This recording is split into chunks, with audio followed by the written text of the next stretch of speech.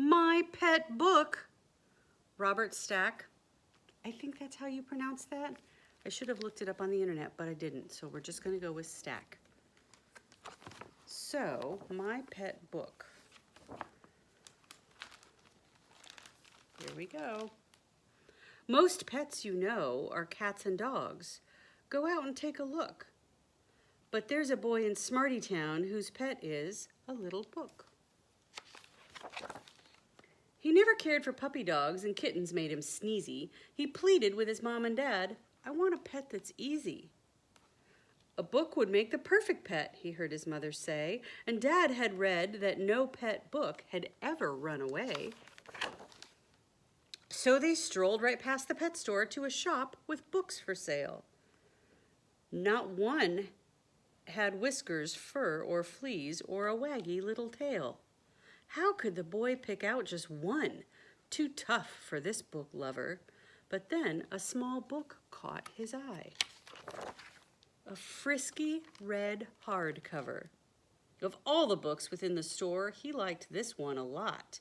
The pages crisp, the printing fine, its spine so very taut.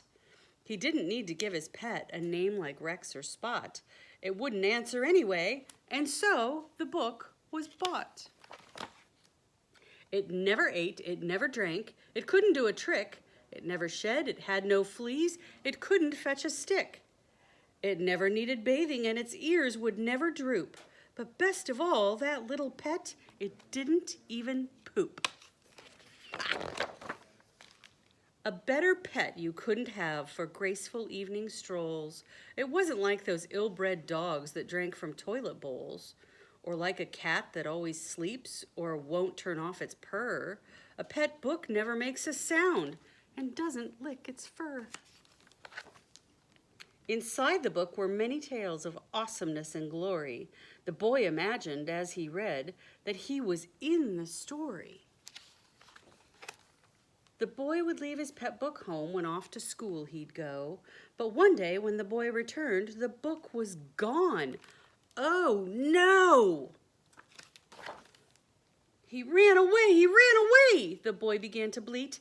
How could a pet book run away without a pair of feet? The maid could hear the crying boy.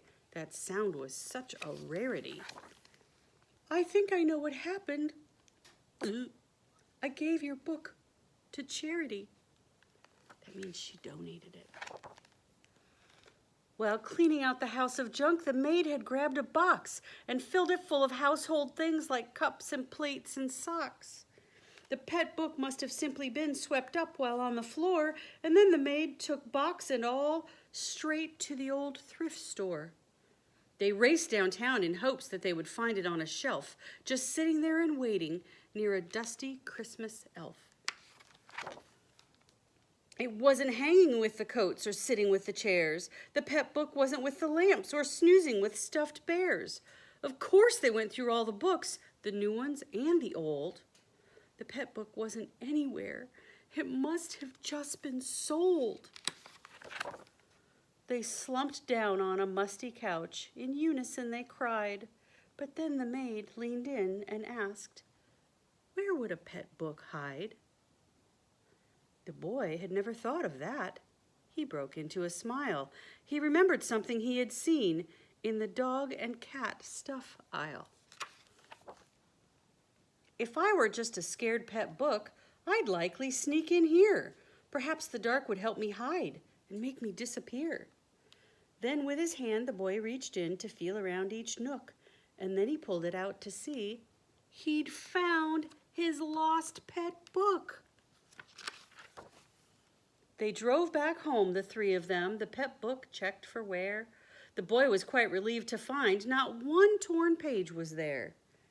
A crazy day they'd had indeed, yet the story ended well, and now the boy and his pet book had their very own tale to tell. The boy's mom gently asked him how a book could bring such joy. It's 'cause every book's a friend, said the yawning little boy. His eyes were sleepy from the search and all the time it took, but now the boy could dream all night with his lost and found pet book. Oh, what a weird thing to have for a pet, but what a great story. I love you guys very much. I hope you're doing well. I missed your faces, but I'm glad you showed up here to listen to this story. I'll see you soon.